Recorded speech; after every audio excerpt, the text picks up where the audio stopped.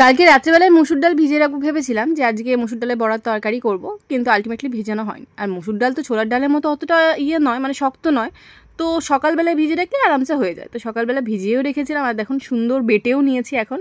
তো দুটো ভাগে আলাদা আলাদা করে নিয়েছি। একটা শুধুমাত্র পেঁয়াজ দিয়ে রসুন টসুন টমেটো দিয়ে একটা বড়া ভাজবো, আর একটা হবে শুধু বড়া, মানে শুধু মুসুর ডালের বড়া, যেটাতে তরকারিতে দেওয়া হবে।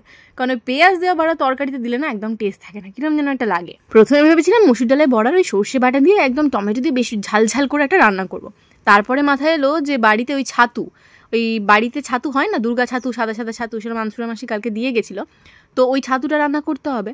তো ছাতুটা যদি সর্ষে বাটা দিয়ে হয়, আবার এটাও সর্ষে বাটা দিয়ে করবো, সেই জন্যই প্ল্যান পুরো ক্যান্সেল করে দিলাম। এখানে বড়াটাকে ভালো করে ফেটিয়ে নিচ্ছি, আর এইদিকে বড়াটাকে পেঁয়াজ, কাঁচা লঙ্কা, তারপর অল্প একটু আদা কুচি, অল্প একটু রসুন কুচি, আর কি যেন দিলাম, টমেটো কুচি। তো এইসব দিয়ে ভালো করে মেখে নিয়ে আগে বড়াগুলো ভেজে নেবো। কারণ কি বলুন তো, নদীর খিদে পেয়ে গেছে, আর নদী না এই সমস্ত পাকোড়া খেতে ভীষণ ভালোবাসে। আর আমি এর মধ্যে কাঁচা লঙ্কাটা ওর জন্য আগে দিইনি, পরের বড়াগুলোতে দিয়েছিলাম। ও যেহেতু কাঁচা লঙ্কা মুখে পড়বে, তো আমি ডাল সেদ্ধ দিয়ে, আলু সেদ্ধ দিয়ে, তেল দিয়ে মুড়িটা মেখে দেবো, আর এরকম বড়া সাইডে দিয়ে দেবো। আর আমার আজকে না একদম টাইম নেই হাতে, সেই জন্য বলেছি যে তুই নিজে নিজে খাবি। ও বললো যে ঠিক আছে, তুমি গোল গোল করে ওই মানে ডেলা বলে না, তো ডেলা করে দেবে, আমি খেয়ে নেবো। তো ছোটোবেলায় মনে পড়ে আমার মা যখন আমাদেরকে খাওয়াতো, আমাকে আর বোনকে একসাথে খাওয়াতো, মানে পিউকে একটা থালায় মাখতো ভাতটা। তো মেখে এরকম কাকের ডালা, বকের ডালা, তারপরে এর নাম করে ওর ডালা, এটা বড়দির, এটা মেজদির, এটা ঠাকুমার, এরকম করে করে ভাগ করে করে রাখতো। তো আমরা চুজ করতাম, আমি আর বোন, যে কে কার ডালাটা খাবে। তো এইরকম ছোটোবেলার কথা মনে পড়ে যায়। ছাদে মা এরমভাবে খাওয়াতো। পুরোটা মুড়ি ফিনিশ করবি, তারপরে তোকে গিফটটা দেবো। এই বড়াটা এখন হাত দিবি না, প্রচণ্ড গরম, খেতে পারবি না, আগে মুড়িগুলো খা। বড়া ভালো হয়েছে? হ্যাঁ, বড়া ভালো হয়েছে। যতই পাকিয়ে পাকিয়ে দিই না কেন, ও এটা খেতেও ইন্টারেস্টেড হবে না আমি জানতাম। সেই জন্য আমি ওকে লোভ দিয়ে এলাম যে একটা তোকে গিফট দেবো। গিফট অলরেডি এসে গেছে। ও না ওই পায়ে সেই কালো কার পরে, তো সেইগুলো চেয়েছিল, তো সেইগুলো অলরেডি এসে গেছে। আর এখানে দেখুন আমি কানে হেডফোন গুঁজে গান শুনছি। মুঝে তুম চুপকি চুপকি যে এসে দেখতে হো, যে গানটা নাচছে লাগতে হো, তো সেই রকমই নাটক করে যাচ্ছি। আচ্ছা, ওইদিকে বড়া তো হচ্ছে, আমি ভাবলাম মাশরুম না, এটা ছাতু, ঠিক আছে, বাড়ির দালানে যেগুলো হয়, এই ছাতুটা ভালো করে পরিষ্কার করে কেটে ধুয়ে নিয়েছি। এর মধ্যে সর্ষে বাটা দিয়েছি, একটু সরষে করে আলু কুচিয়ে দেবো, নাহলে না বাড়বে না। এমনিতেই তো ছাতু একটা কমে যাওয়ার টেন্ডেন্সি আছে, তো বেশি করে সর্ষের তেল লাগবে অবশ্যই সর্ষে বাটা রান্নায়। আর টমেটো কুচিটা আমি লাস্টে দেবো, টমেটো দিলে আমার মাঝে মাঝে সেদ্ধ হতে চায় না, একটু মুখে মানে কচকচিয়ে লাগে আর কি। এখানে বড়া তোলা হয়ে গেছে, সেকেন্ড রাউন্ডের বড়াটা ভাজবো, মানে যেটা ডালে দেবো। তার আগে মাশরুমটা চাপিয়ে দিই, একসাথে মেখে তো সব চাপিয়ে দিই। হলুদ, লঙ্কা গুঁড়ো, অল্প একটু ধনে গুঁড়ো, জিরে গুঁড়ো সবই দিই আমি সর্ষে বাটার সাথে, তাহলে খেতে ভালো লাগে। আর অল্প একটু জাস্ট চিনি, মানে কয়েক দানা চিনি ছড়িয়েছি, যাতে সর্ষের যে ওই তেতো তেতো ভাবটা লাগে না, ওটা যাতে না লাগে। এটা অ্যাকচুয়ালি বলতে পারেন যে ছাতুর ওই বাটি চচ্চড়ি টাইপের। সব মেখে মুখে একসাথে কড়ার মধ্যে বসিয়ে দিলাম তেল দিয়ে, তারপরে নামিয়ে নেবো। লাস্টে কাঁচা লঙ্কা, টমেটোটা দিতে কিন্তু একদম ভুলবে না, কারণ টমেটো তো সর্ষের সঙ্গে যে অসাধারণ টেস্টটা আসে না, সেটা আসবে না টমেটোটা না দিলে। এই দেখুন সরু করে আলু কুচিয়ে দিয়ে দিয়েছি, এবার আলুটাও মাখিয়ে চাপিয়ে দেবো। মিস্টার মুখার্জি না এটা ভীষণ পছন্দ করে, ওর জন্যও রেখে দেবো, রাত্রেবেলা এসে খাবে, নাহলে কালকে রেখে দেবো। ওই প্যাকেট মাশরুম কিনে নিয়ে এসে আমি রান্নাটা করি, কিন্তু এই ঘরে ফোটা বা ওই যে মানে সময়ের ছাতুর যে টেস্টটা হয় না, ওই সোদা সোদা গন্ধ যে ছাতুর ব্যাপারটা, সেটা কিন্তু ওই প্যাকেট ছাতুতে আসে না। খাই ঠিক আছে, বাট এটার অসাধারণ একটা টেস্ট। কটকে দিদিভাইয়ের হাতে এক ধরনের ছাতুকে, যেমন যেটাকে কুরকুরে ছাতু বলে, ছাতুটা না কামড়ালে কুড়মুড় কুড়মুড় করে আওয়াজ হয়, ওটার আবার মারাত্মক সোদা গন্ধ, মানে নর্মালি যে বাড়িতে ছাতুটা হয় তার থেকেও বেশি সোদা গন্ধ। বাট ওইটা তো এখানে পাওয়া যায় না, দিদিভাই একবার খাইয়েছিল, তো আমার আবার মানে বাড়িতে ফোটা যে ছাতুগুলো, সেটার টেস্টই বেশি ভালো লেগেছে কুড়মুড়ে ছাতুর থেকে। যে যার কাছে টেস্ট আলাদা আর কি, দিদিভাইদের যেমন কুরকুরে ছাতুটা বেশি ভালো লাগে, আমার আবার এই ছাতু বেশি ভালো লাগে। পেঁয়াজ ছাড়া বড়াগুলো ভাজছি, কিরকম বড়ির মতো লাগছে দেখুন, মনে হচ্ছে না বড়ি দিচ্ছি। আজকে ঝোলটা করলাম, করার সময় না একদম মাথায় ছিল না যে বড়াটা ঝোলটা টেনে নেবে। সেই লাস্টে খেতে দেওয়ার সময় এত অসুবিধায় পড়েছি, আমার আর লাস্টে একটুও ঝোল ছিল না, ওই দিয়েই খেয়েছি শুকনো শুকনো করে মেখে। বড়াগুলোর মধ্যে ঝোলটা ঢুকে গেছিলো, ওই বড়া মেখেই ভাত খেয়েছি লাস্টে। কলমি শাক দিয়ে আর এই বেসন বড়া বা ডালের বড়া দিয়ে পাতলা পাতলা একটা ঝোল হয়, ওটা মানে বেশ ভালো লাগে, কাঁচা লঙ্কা দিয়ে ঝাল ঝাল একটা ঝোল হয়। মানে যারা হালকা পাতলা খাবার পছন্দ করেন তাদের জন্য এটা ভালো লাগবে, যারা একটু গ্রেভি রিচ, একটু মানে কষা টাইপের খাবার খেতে পছন্দ করেন, তেল মশলাওয়ালা, তাদের কিন্তু এটা একদমই ভালো লাগবে না। তবে আমার মা করতো, লাউ শাক দিয়েও করতো, দারুণ লাগে। এ নাও তোমার গিফট।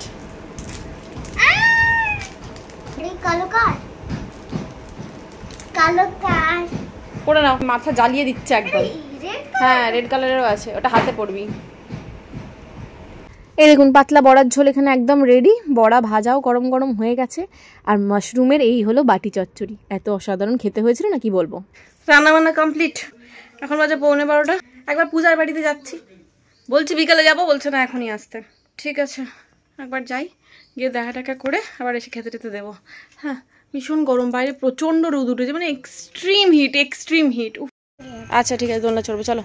নদী এখন কারাটে ক্লাসে যাচ্ছে, কারাটে করতে, কারাটে করে আমাদেরকে উড়িয়ে দেবে। এটা নিচে বেউজ পড়ে আছে ফলসা। আমাদের কালেকশন হয়েছে পেয়ারা আর জাম, ঠিক আছে, তার মধ্যে অর্ধেক পেয়ারা পচা বেরিয়েছে। আর এই জামগুলোর সাইজ দেখুন, এগুলো মাইক্রোস্কোপ দিয়ে দেখতে হবে। আর তেমনি তেতোর মতো, কিন্তু হ্যাঁ রুকসানা গাছের জামগুলো বড় বড় আর মিষ্টিও আছে। আর অর্ধেক পচা পেয়ারা, 3টে পেয়ারা ভালো আছে, এই যে সব ফ্লপ হয়ে গেছে আজকে আমাদের।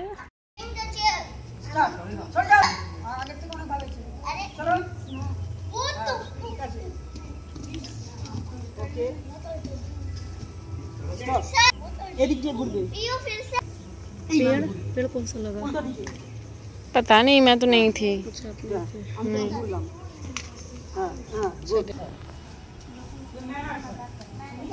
একই তো সারাটা দুপুর এক ফোঁটা ঘুমোয়নি, তারপরে কারাটে করে এসেছে, ওর ভীষণ খিদে পেয়ে গেছে। তো পরোটাগুলো এখানে গরম করে নিচ্ছি, আলুর তরকারি দিয়েও খেয়ে নেবে। আর নদী পরোটা খেতে লুচি খেতে কী যে ভালোবাসে কি বলবো, পেট খারাপ হলেও ওর পরোটা চাই। কিন্তু না, বেশিরভাগই করি না, আর বেশিরভাগ টাইম আবার মানে আটার পরোটা করি। অবশ্য আমাদের বাড়িতে যে পরোটাগুলো হয় সেগুলো পরোটা না রুটি আপনারা নিজেরাও খুঁজে পাবেন না, মানে জাস্ট কয়েক বিন্দু তেল দিয়ে হয়, খুব কম তেলের পরোটা।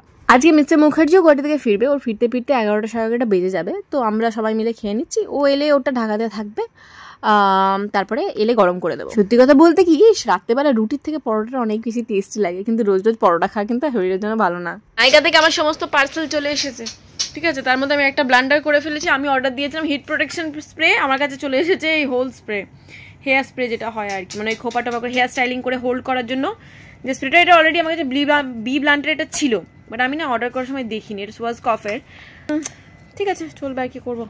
আর এটা হলো ইয়েলো ডিলিটেড শ্যাম্পু, এটা হচ্ছে মিঠুদি আমাকে অর্ডার করতে বলেছিলাম। তো মিঠুদি, তুমি যদি ভিডিওটা দেখো বা কৌশিক দা, তোমার ইয়েলো ডিলিটেড শ্যাম্পু চলে এসেছে, তাড়াতাড়ি নাও আর ভালো ভালো কালার করো। আর এটা আমার অ্যাজ ইউজুয়াল ডট অ্যান্ড কিয়ের ওই সিকা সেরামটা, নায়াসিনামাইড। এইটা একটা পাউডার ব্রাশ, আমার পাউডার ব্রাশ না আছে বাট অতটা ভালো ছিল না, সেই জন্য এটা একটা নিলাম।